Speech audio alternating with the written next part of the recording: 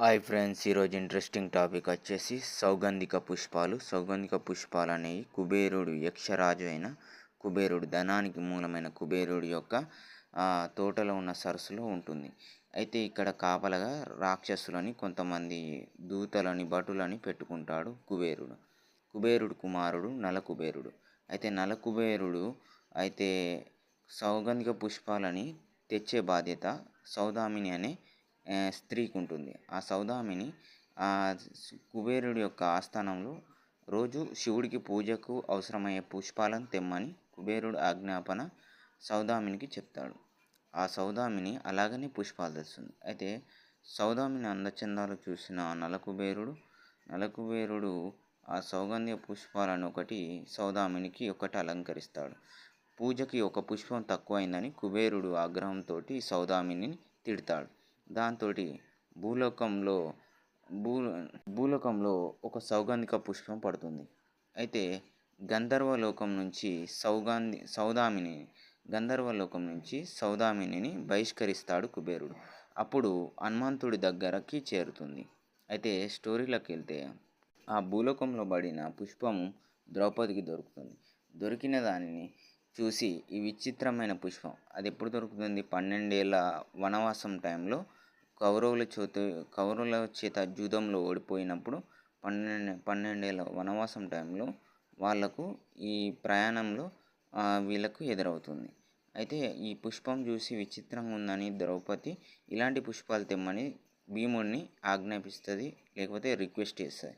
ఈ విధంగా భీముడు గంధమాధవ పర్వతం అయినట్టి అడవిలోకి వెళ్తాడు. గంధమాధవ పర్వతం అడవిలో అక్కడ ఆంజనేయుడు కోతి రూపంలో పెద్ద తోకను పరుచుకొని ఉంటాడు. అక్కడ ఆంజనేయుడికి భీముడి మధ్య గొడవను డిస్కషన్ జరుగుతుంది. నేనెవరినంటే ఎవరినైనా జరుగుతుంది. అప్పుడు వాయుదేవ కుమారుడు అని చెప్తాడు.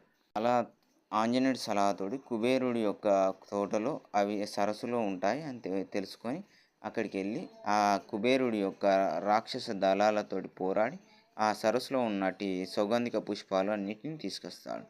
అయితే దారిలో అతను రాగా తన యొక్క పూల బుట్ట ఉంటుంది. పూల బుట్ట అనేది కింద పడిపోతుంది. అలా పడిపోయిన పూల బుట్టని సౌదామినికి దొరుకుతుంది. సౌదామిని గంధర్వలోకమైనట్టి కుబేరుడి నివాసం నుంచి బహిష్కరించబడి ఆంజనేయుడి దగ్గర ఆశ్రయిస్తారు. ఆంజనేయుని ఆశ్రమంలోకి వచ్చినట్టు భీముడు ఆ బుట్ట నాదే అని సౌదామిని తోడంటాడు. ఇంత మంచిగా నువ్వు నాకు సాయం చేసినావని సౌగంధిక పుష్పాలలో ఒక పుష్పం ఇస్తాడు. అయితే అన్ని పుష్పాలలో సౌగంధి పెట్టుకున్న పుష్పమే ఇవ్వమని సౌగంధి భీముడితోటి అడుగుతుంది. దాంతో ఇద్దరి మధ్య కొద్దిగా గొడవ జరుగుతుంది. దాన్ని చూసిన ఆంజనేయుడు ఆగ్రహంతో భీముడితోటి వానరుడు నువ్వేం చేస్తావని ఇద్దరి మధ్య గొడవ జరుగుతుంది. దాంతో భీముడిని తోకతోటి కట్టేస్తాడు. ఆ విధంగా తెలుసుకున్నట్టు ఈ భీముడిని కట్టేసిన విషయాన్ని ఘటోత్కచుడు తెలుసుకుంటాడు.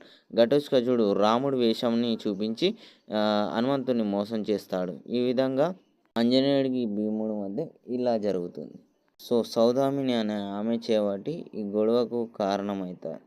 మొత్తంగానికి సౌగంధిక పుష్పాల వల్ల సౌదామిని వల్ల ఈ కథ అనేది జరుగుతుంది. అయితే ఇది సౌగంధిక పుష్పాల యూజ్ ఏంటంటే శివుడికి యూజ్ అయ్యే పుష్పం. ఈ పుష్పంతో శివుడికి పూజ చేస్తే అనేకమైన కోరికలు సిద్ధిస్తాయి, కార్యాలు ఫలితాలు తొందరగా అవుతాయి. అంతేకాకుండా కుబేరుడు దీన్ని ఎక్కువగా స్పెషల్గా తన యొక్క సరస్సులో పెంచుకోవడానికి రీజన్ అదే. ఇది friends. Bye friends, bye bye bye.